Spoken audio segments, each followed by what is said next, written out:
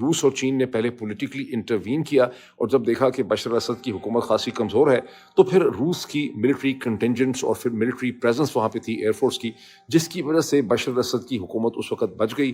اور سبسیکوینٹلی جب روس یوکرین کے اندر بہت بری طرح سے پھنس گیا تو 2024 کے موقع میں اچانک دفتن بشر الاسد کی حکومت گر گئی. تو یہ جو سیکٹیرین مذہبی گروپس بنائے گئے تھے، انہوں نے اپنا مقصد جو تھا، جس مقصد کے لیے یہ گروپس بنائے گئے تھے امریکہ اور اسرائیل کی طرف سے، وہ مقصد جو ہے وہ پورا ہو چکا ہے. اب سوال ہے کہ یہ گروپس جو ہیں، جب اسی ٹائم پیریڈ میں یہ گروپس مائیگریٹ کر کے افغانستان اور پاکستان کے علاقے میں آ گئے، انہوں نے اپنا ایک دکان یہاں پہ سیٹ اپ کر لی، تو ان کے پیچھے کون سے انٹیلیجنس ایجنسیز ہیں؟ ان کا کیا مقصد ہے؟ کیا یہ ان انٹیلیجنس ایجنسی سے ماورا انڈیپینڈنٹ یا آزاد اینٹیٹیز ہیں، یا ان کے پیچھے کوئی طاقتور انٹرنیشنل ایجنسیز ہیں؟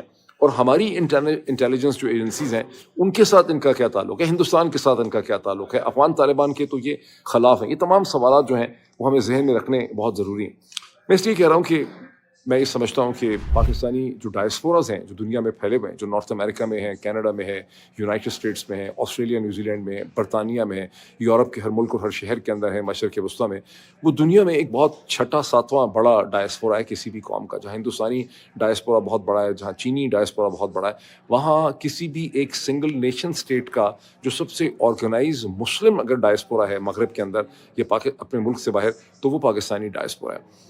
سیریا کے حالات کے بعد ملک شام کا جو ڈائسپورا ہے اس کی بھی تعداد بہت پائی جاتی ہے. افغانستان کا بھی ایک ڈائسپورا ایگزسٹ کرتا ہے، لیکن یہ بہت تیزی سے، جلدی سے، مشکل حالات میں نکلا ہوا ڈائسپورا ہے. اس کے کوئی قدم نہیں جمے ہوئے.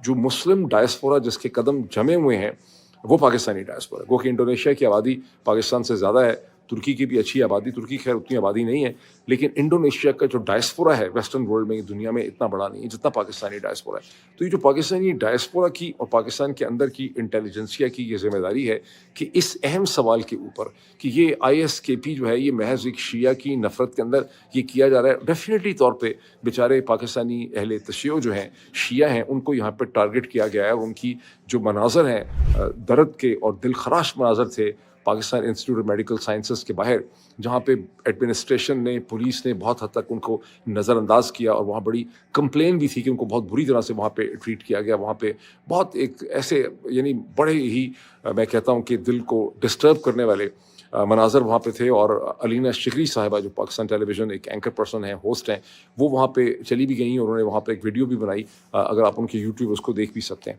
لیکن یہ اصل ایشو کہ ان کو کس نے ٹارگٹ کیا ہے، یہ وہ ایشو ہے جس پہ سوچنے کی بہت ضرورت ہے.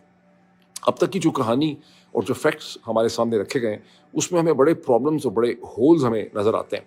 سب سے پہلے تو یہ ہے کہ یہ کس قسم کا انٹیلیجنس فیلئر ہے پاکستان کا کہ فروری کا مہینہ جو شروع ہوا ہے پچھلے 7-8 دن، اس میں دوسرا بڑا گلیئرنگ انٹیلیجنس فیلئر ہمارے سامنے آیا.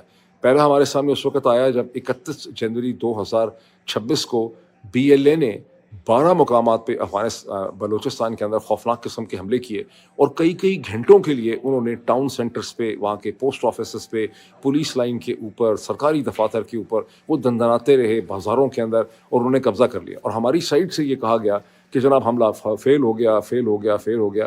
اور بعد میں ہمیں یہ پتہ چلا کہ اس کے 4 یا 5 دن کے بعد بھی موپنگ آف آپریشن ہو رہے تھے، جس میں ایئر فورس کا بھی استعمال جو ہے وہ کیا گیا. اور پھر ڈیتھ ٹول کہ ہم نے اتنے لوگ مار دیے ہیں، جو پہلے 92 تھا، پھر وہ 133 ہو گیا، پھر وہ 150 ہو گیا، پھر وہ 197 ہو گیا، پھر وہ 200 ہو گیا، پھر وہ 216 ہو گیا فگر جا کے. تو وہ چیز چلتی رہی، لیکن یہ بات نہیں مانی گئی کہ یہ ہمارا انٹیلیجنس فیلئر تھا کہ BLA والے جو ہیں انہوں نے گروپ کر کے تنظیم سازی کی، آپس کی کمیونیکیشن کی، انہوں نے تیاری کی ہوئی تھی، وہ تیاری کر کے آئے ہیں، انہوں نے ایک کوآرڈینیٹڈ اٹیک کیا ہے بلوچستان میں.